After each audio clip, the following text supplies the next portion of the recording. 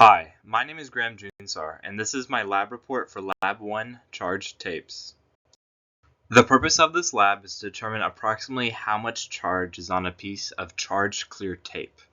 The models and fundamental physical principles used in this lab are the idea of modeling a charged object as a point charge, Coulomb's law, electric fields, gravity, and the concept of forces. We will be able to determine the approximate excess charge on a piece of tape by determining the force exerted by one tape on another. Then working backwards with Coulomb's law, we will be able to determine the desired charge. Coulomb's law is an expression that describes the electric force between two point charges, as seen on the right. The gravitational force of an object near the Earth's surface is F equals mg, directed towards the center of the Earth.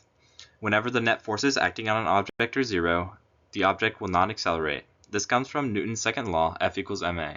To set up this lab, we must first charge our pieces of tape. We can do this by laying one piece of tape down on a surface as a base tape, then pulling another piece of tape of it quickly off, which facilitates an exchange of electrons charging the tape. For my experiment, the length of my tape was 20 centimeters. I performed my lab in a room with a standard room temperature and humidity, and there were no powerful external electric fields present. I will call charged tapes U-tapes from now on. After I made the charged tape, I found that the tape was attracted to my hand. The next step in the experiment is to create two U-tapes and predict and observe how they interact. I predicted that since they were both attracted to my hand, they must have the same charge, so they must repel each other. And this was proven right in experiment as seen on the right. I also observed that whenever a U-tape was brought near a neutral object such as a cardboard box, the tape was attracted to the object. If you rub a clear plastic pen through your hair, the plastic ends up with a negative charge. However, whenever I brought this near the charged U-tape, I observed that the charged U-tape was attracted to it. This means that the U-tape has to be positively charged. In order to estimate the excess charge on a U-tape, we will be floating one charged tape above another one. The only objects in the surroundings that maintain a vertical forces on the floating portion of the tape are the charged U-tape beneath it and the Earth exerting its gravitational pull. Since the momentum of tape B is not changing, the net y component of the force on tape B must be 0 newtons. This is visualized in the free body diagram on the top right. To determine the gravitational force on tape B, we need its mass, which because our tape is about 20 centimeters and tape weighs 1 gram per meter, it works out to being 2 times 10 to the negative 4 kilograms.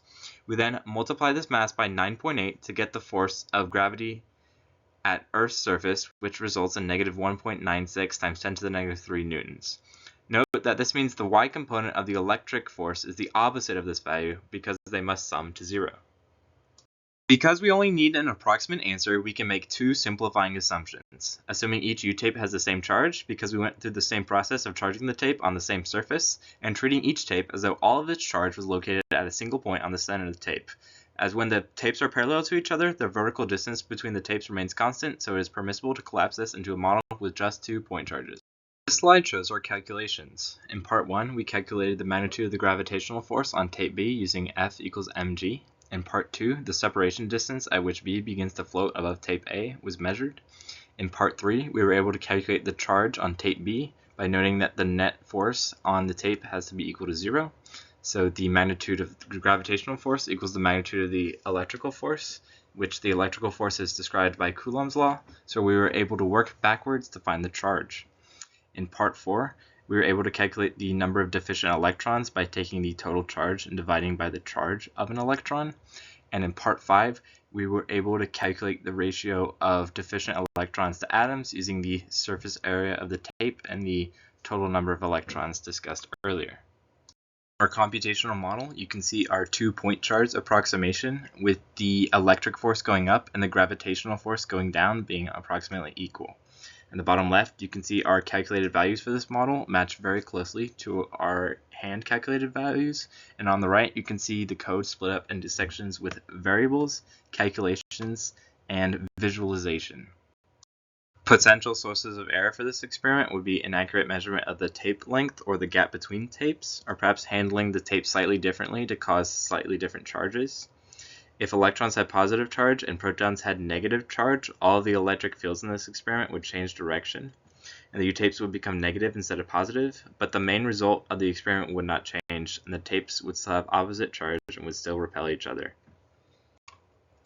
It is important to handle the charge tapes as little as possible because whenever you handle the tapes, you could be causing an exchange of electrons to change the charge. And this could happen whenever the tapes come into contact with any object. And this would break one of the assumptions of our model that the tapes have the same charge.